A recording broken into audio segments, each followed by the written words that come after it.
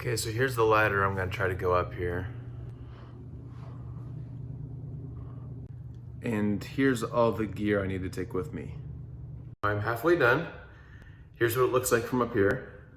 Oh yeah, there's one more set of stairs. It's pretty dark up here. This might be a challenge.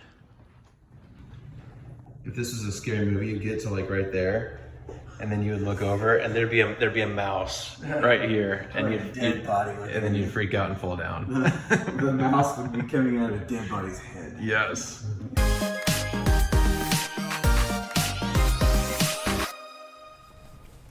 All right, guys, welcome to Trending.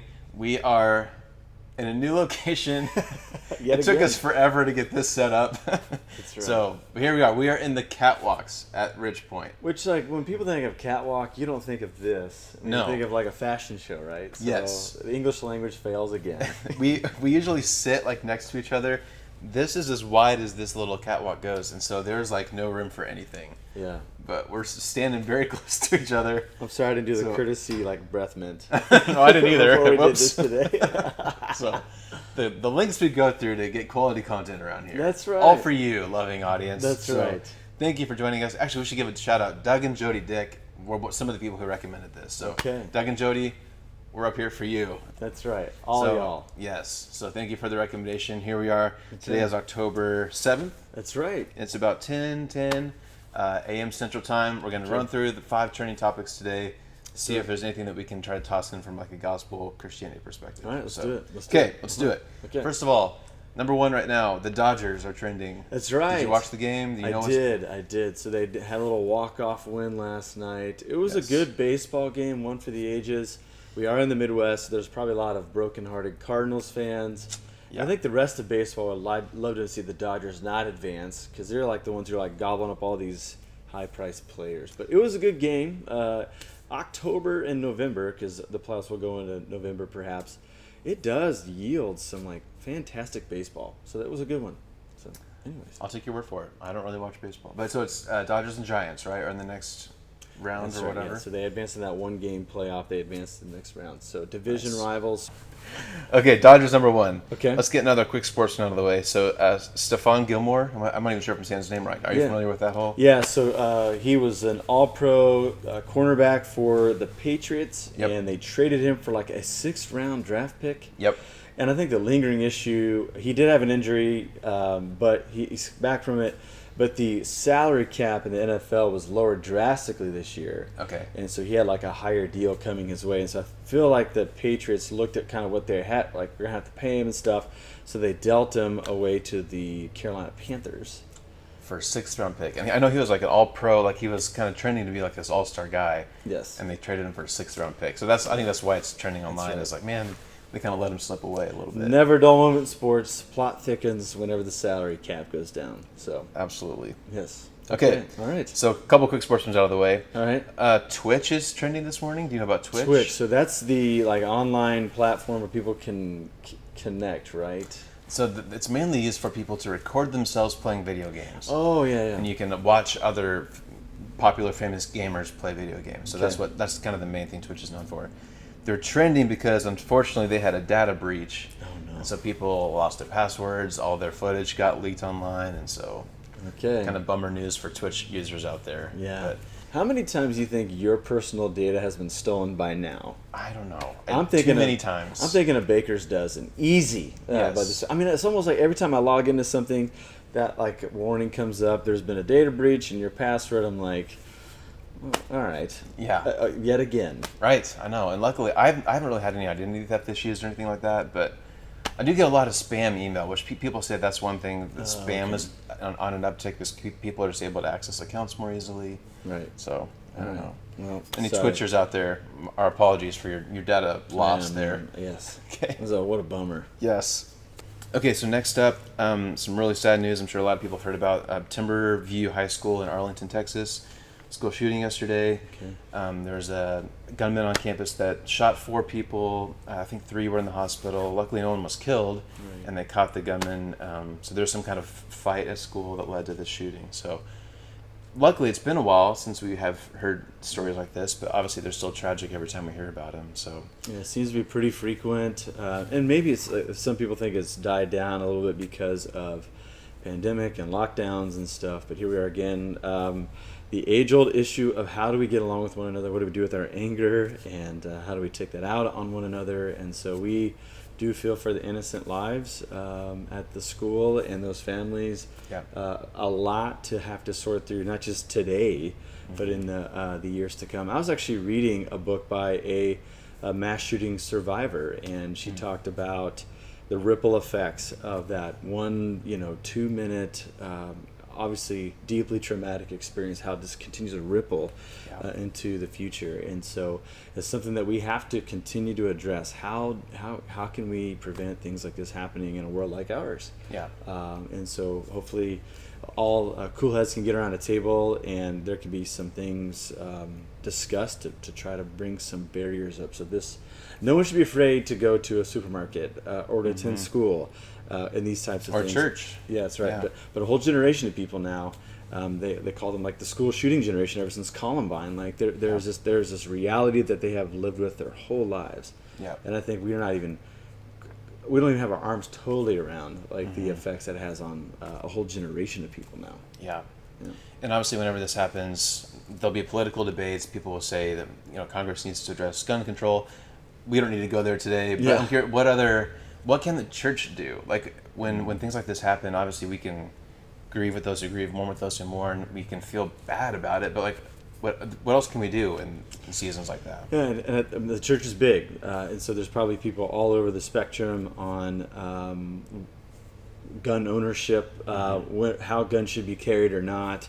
I think we got to go back to like some basic ideas about who the human being is. I mean, all of us created in the image and the likeness of God, so there is a sanctity in life, and so I think in every area of life, when that sanctity is threatened, we need to raise the loudest voice, the most thoughtful voice, and the most prayerful posture that we can as we try to hash this out within a larger society like ours. So we start there. We turn down the volume and the venom, and we try with cool heads and full of the Spirit, try to figure out a way forward at this point. Yeah. I think, the term pro-life has become synonymous with abortion, right? But I think part of what you're saying is if we truly value every single life, and that was part of the whole like all lives matter thing. Again, that gets too political, but like at the heart of being pro-life is truly being pro-life. Every life is important. Every life matters. Everyone's made in the image of God, so we need to do whatever we can to protect everyone. That's right. Yeah, that's absolutely. a super important topic. And our generation, all generations, we need to keep thinking about how we can improve that. Absolutely. So. Yeah. Yes. Sad. Wow. All right, last one for today. Another kind of this is kind of the Halloween episode. We're up in this like spooky catwalk, like. I don't know if you can see them. These lights up here, like the lights that are in horror movies, like these are going to start flickering, right? Like we're setting ourselves up for a spooky. Yes, I can hear the clanging of blades and stuff in the distance. Yes, exactly. Chainsaw turning on, Let's hide in the attic. No, in the basement. Why can't we just get in the running car? Are you crazy? Let's hide behind the chainsaws. Smart. Yeah, okay. If you're in a horror movie, you make poor decisions. That's what you do. Okay, so the last thing for today, the Zodiak Killer is trending this morning. Why? That was so long ago. It was. So I don't even remember when it's happened. It was a long time ago. I have no idea when it actually happened. I remember when the film came out that it was based on those events. Yeah. And so it was.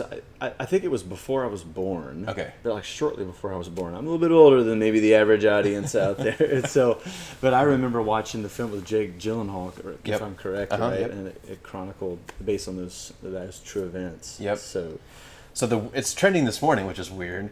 Because there's a group of independent kind of amateur researchers who think they've figured out who he was. Because that was part of the mysteries. They never figured out who this guy was, or this person was. And I think they confirmed at least 5 killings, but possibly up to 30. So it's like this really horrible person that was on the loose for a long time. So there's this group that they did some research. I guess this guy left some weird clues, and so they think they cracked the code and they figured out who this guy is. But the official police and the FBI and whoever said it's not for sure locked down. The case is still considered open. So it's trending today because it's this like, okay, these guys think they know who it is. Is that true? Is it not? Which is also just another interesting conversation. We live in this era of like true crime podcasts and true crime documentaries, and so like, how do amateur people doing research with old newspaper clippings or whatever, how does that compare with the police and the FBI who've been doing this for 30 years on this case? It's a weird time to. There seems to be a trope that now that we have the internet, I could do research because like obviously you and I have no idea the amount of time it takes to investigate a case. Yeah. And then you have several of them. Like the scene that you see again and again on crime shows, like there's just folders and folders and folders on an average detective's desk. So how much time can they give to one specific case? What happened to you? I have not slept in since I last saw you many hours. Plus, I think I'm hallucinating because pretty sure I just heard your biceps mocking me. Sure, after Serial and The Making of a Murderer on Netflix, like everyone thinks, like if I could just take a stab at it, like I could figure it out. And oftentimes, with the law enforcement and crime labs and stuff are kind of shaded in negative light because of it. Like maybe they're just unable to get to the bottom of these things. And so it is interesting. I think there's a larger thing there. There is a craving for justice within us. So when we see justice misapplied or justice forgotten for the vulnerable or for like families of a loved one that they lost, like we want to do something about it. I think it's a great impulse. That's an impulse that God Himself gives us because God is a God of justice. What's interesting, and this come up on an episode of Black Mirror, of how we try to be eyewitnesses to justice. There's a mob mentality of justice, and so are we still objective in those moments? That is, I think, a big philosophical question that we hear in the world today. Like, how objective can we? We're subjective all the time. We subjectively look at things. We don't see them as they are. We see them as we are. A famous Talmudic saying says, and so we have to keep that in mind as we take keen interest in these things. We don't see it completely. We, as the Apostle Paul says, we look in a glass dimly in all things, including things as important as open cold cases from American crime life. And it's just true that, like, on one hand, there's these experts, right, that are police, FBI, whatever.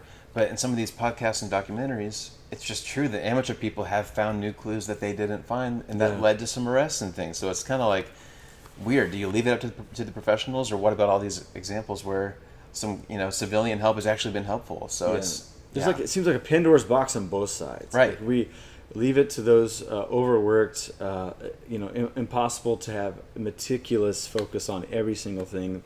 Like that's problematic. But then like having like these things, armchair experts out there finding magnifying glass in the forest. I mean, does the integrity of a case hold up or an investigation hold up? You just don't know. So, anyways, that's an interesting push and pull. It is interesting, but like you said, like justice is part of who God is, and it's in our inner beings to seek justice. And so I think it's good on one hand for us to always be seeking that, but it leads to some kind of blurry lines sometimes. Absolutely. Okay, we hit 5 topics from the catwalks. We did it. We didn't fall. No gear fell down. I'm really nervous. Though. I got a heights thing, and this is it's sturdy, but I'm starting to get really nervous. It's high up here. We climbed up some kind of scary stairs with a lot of gear, but we made it. So. Yes, we do. Yes, we did. Okay, well, I don't know what's next. We'll see what happens next week. Leave a comment. Let us know what to do next. We've taken every suggestion we've gotten so far. Not saying that we always will. Not always. But we're open to it. So awesome. Okay, well, hey, thanks for watching. Have a great Thursday, Friday weekend. We appreciate you watching. We'll see you next time. See you next time.